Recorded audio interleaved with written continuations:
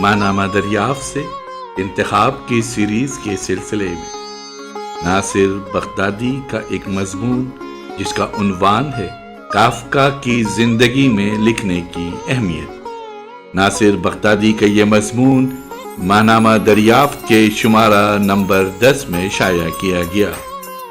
ناصر بغدادی کا مضمون کافکا کی زندگی میں لکھنے کی اہمیت آج دوبارہ پیش کیا جا رہا ہے۔ سماعت فرمائیے۔ آواز و پیشکش ظفر جمیل۔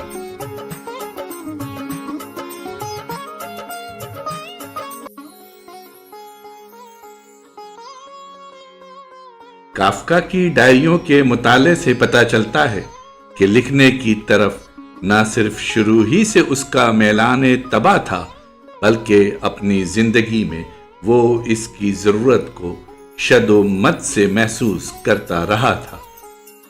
اگرچہ وہ ادبی دنیا میں 1912 سے پہلے داخل نہیں ہوا تو اس کی وجہ اس نے خود ہی بیان کر دی ہے۔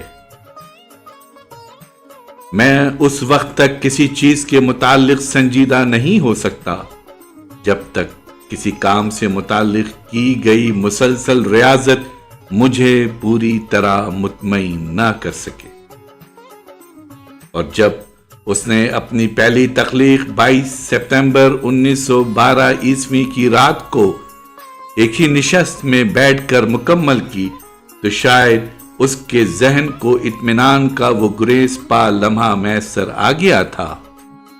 اس نے اپنی ڈائری میں اپنی اس بے کراں مسرت کا تذکرہ کیا ہے جو اس کو اپنی اولین تخلیق کے لیے بے پایاں کرب سے ہم آغوش ہونے کے بعد حاصل ہوئی تھی، اور پھر جیسے اس کے بعد لکھنے کا شغل اس کی زندگی کا جزء لا ینفک بن گیا۔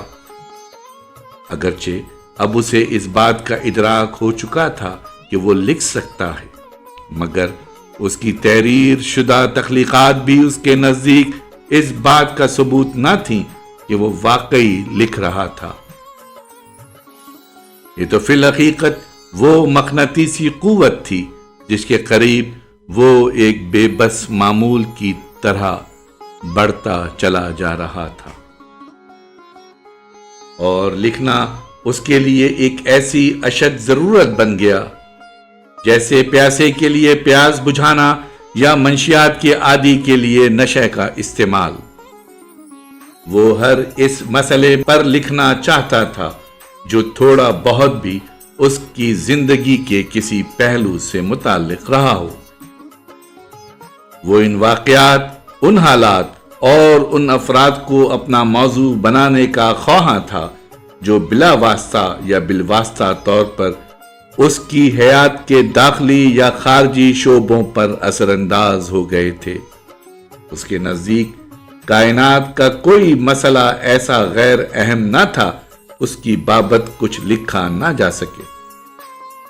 اپنی ڈائریوں میں بعض جگہ تو اس نے اپنے الجھے غیر مربوط خوابوں کے تمام تر جزویات کے ساتھ قلم بند کرنے کی کوشش کی ہے۔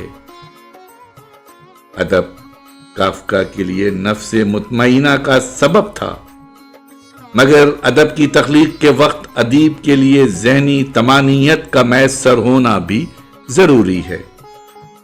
یہ ایک ایسی انمول شے تھی جو کافکا کو زندگی بھر نصیب نہ ہو سکی۔ اس نے جو کچھ بھی لکھا طوفان میں گر کر طوفانی تھپیڑے کھاتے ہوئے ہی لکھ سکا۔ اس فانی دنیا کے لافانی مسائل نے اسے کبھی چین کی سانس نہیں لینے دیا۔ روح فرسا لا ینحل مسائل نے ہمیشہ اس کے لکھنے کی ضرورت پر قدغن لگانے کی کوشش کی، اور وہ ان قدغنوں کو قلم کی مدد سے عبور کرتا رہا۔ اگرچہ تخلیقی عمل اس کی اندرونی طمانینت کا سب سے بڑا ذریعہ تھا، مگر اس نے جو کچھ لکھا اس سے وہ شاذ ہی مطمئن ہو سکا، جیسے ہر تخلیق میں کسی چیز کی کمی رہ گئی۔ اور کافکا کی تجربے کار تنقیدی نگاہوں نے ہمیشہ اس کمی کو شد و مد سے محسوس کیا۔ اس نے